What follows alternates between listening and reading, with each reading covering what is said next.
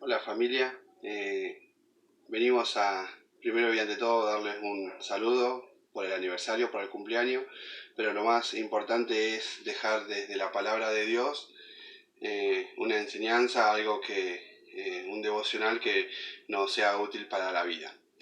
Y bueno, pensando en esto, vamos al libro de Ageo, en los que en 2 capítulos se muestra, ¿no?, cómo es Dios y qué es lo que quiere para nosotros.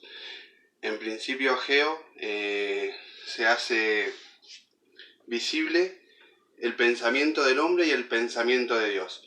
Dios estaba pensando en el templo y los hombres de aquel lugar estaban pensando en reconstruir su casa. Entonces Dios les hace una pregunta: ¿es tiempo de que ustedes se pongan a pensar en arreglar sus casas, en dejarlas lindas, en hermosearlas?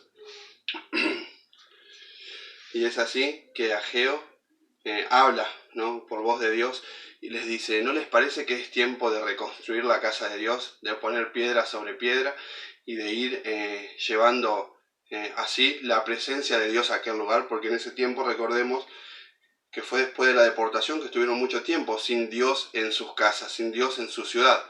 Entonces allí Dios queriendo estar en medio de su pueblo. Entonces ellos se empiezan les dice: hagan memoria, ¿no?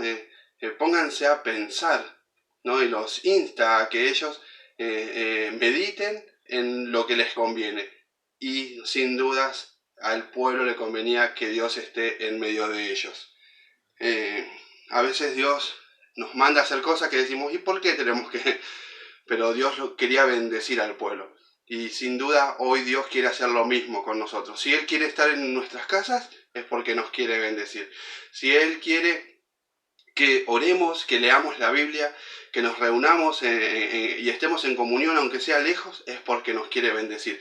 Y fíjense qué bendición que fue eso, que ellos no tenían un lugar en donde adorar a Dios, pero Dios se hizo cargo de toda la situación y los envió a juntar maderas, los envió a un lugar a donde puedan encontrarse, los mandó a trabajar, a esforzarse para que eso sea cumplido.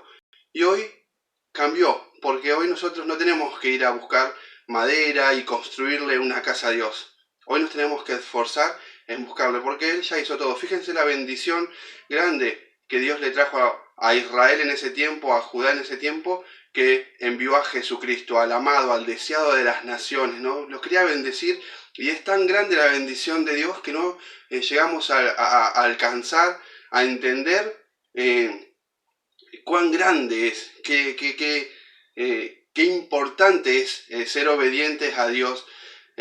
Fíjense, si ustedes leen el libro de Ageo, se había parado el aceite, se había parado el vino, trabajaban y no ganaban nada, se cansaban y nunca les alcanzaba. Y digo, más parecido que en estos tiempos es imposible, pero en ese tiempo era tiempos únicos, y hoy son tiempos como nunca antes. Pero son tiempos únicos como en los de Ageo, si es como nunca antes, como lo estamos viviendo hoy, nada más importa que hacerle un lugar a Jesús en nuestras casas, hacerle un lugar a Jesús en nuestro corazón, en nuestra habitación, es encontrarse con Él.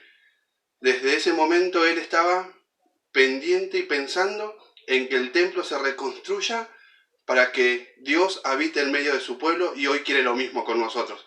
Y por último, llegó un momento en donde terminaron el templo y algunos lloraban de alegría y otros lloraban de tristeza, porque los que lloraban de alegría era porque el templo estaba terminado, culminado, ya habían cumplido el objetivo.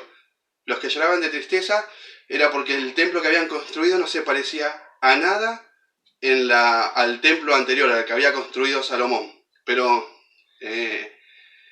y bueno, y lo pasaba este tiempo, y digo, quizás algunos van a llorar de alegría porque la iglesia no es la misma que hace un tiempo, porque hoy es una iglesia nueva, es una iglesia por medio de la tecnología.